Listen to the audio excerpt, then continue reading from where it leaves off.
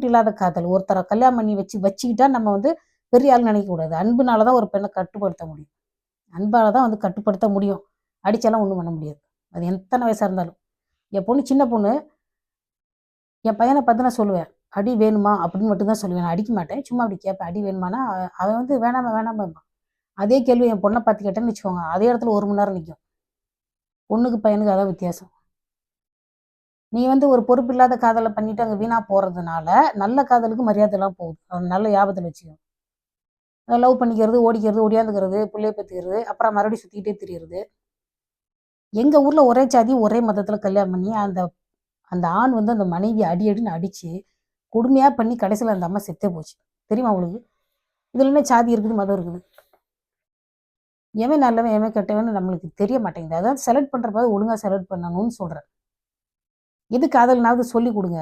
எப்படியோ ஒரு கல்யாணத்த பண்ணிட்டு இங்க பாருங்க, கல்யாணம் பண்ணதுக்காகவே வாழ்க்கை முழுக்க இருக்கணும்னு சொல்லக்கூடாது. நீ அன்பா இருந்தா மட்டும் தான் இருப்பாங்க எந்த பெண்ணும், எந்த ஆணும். இதுதான் ப்ரொசீஜர் வெளிநாட்ல. ஏன் அத நீ வந்து ஏத்துக்க கூடாதா? அவர் சொல்றாரு, நல்ல நல்ல சிறந்த ஆண்மகனை தேர்ந்தெடுத்து அவ வந்து கல்யாணம் பண்ணிக்க போறா. உடன்போக்குன்னா ஓடி போறா. நடந்து போறாங்க. உடன்போக்குன்னா ஒருத்தர் உடன் போவது. சரியா? ஓடுறது கிடையாது. எவன் ஓடிக்கிட்டு இருக்கான்? போறது. உடன்போக்கு போறான். அதுதான் வந்து அறம்னு சொல்றாரு. அதுதான் கற்புன்னு சொல்றாரு. தனக்கு பிடிச்ச ஒருத்தரோட வாழ்வது தான் கற்பு. இது வந்து மாடு கிடையாது. இஷ்டம் போல வந்து அ கருத்தரிக்க வைக்கிறது. அப்புறம் நான் இப்படித்தானே பேசுவேன். மனுஷங்களுக்கு 6 அறிவு இருக்கு. அது கூட இப்ப வந்து சென ஊசி போடுறானுங்க. அதுக்கு முன்னாடிலாம் இயற்கை முறையில இது பண்ணுவாங்க. அது மாதிரி நம்ம செய்ய முடியுமா? வாழ முடியுமா மனுஷங்க? நான் உனக்கு தாலி கட்டிட்டேன். நான் சொல்றதெல்லாம் கேட்கணும். இது போல ஒரு ஆண் சொன்னாலும் தப்பு, பெண் சொன்னாலும் தப்பு. இருக்க மாட்டாங்க. சங்க காலத்துல அந்த காலத்துல இல்ல. போடான்ட்டு போய்க்கிட்டே இருப்பாங்க. இப்ப நம்ம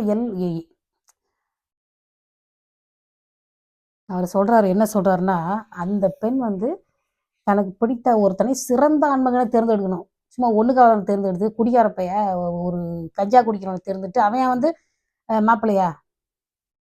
பாய் மாதிரி குணம் இருக்கிற, அதாவது பார்க்கறதுக்கு ஆண் மாதிரியும், சிந்தனையில பாய் மாதிரி இருக்கிற ஒருத்தனெல்லாம் வந்து சிறந்த ஆண்மகன் கிடையாது. சிறந்த ஆண்மகன்னா என்னன்னு தெரிஞ்சுக்கணும். இந்த பையன் 1,00,000 சம்பளம் வாங்குறான். அந்த பொண்ணோட காதல கைவிட சொன்னப்ப கேட்க மாட்டேன்ருக்கான். அவன் தான் நல்ல பையன். இல்ல பரவால்ல எனக்கு பயமா இருக்கு. உங்க தங்கச்சிய நீங்களே எவனுக்கா கட்டி குடுத்துக்கங்க. நான் வந்து விளைவிக்கிறேன்னு சொன்னானா?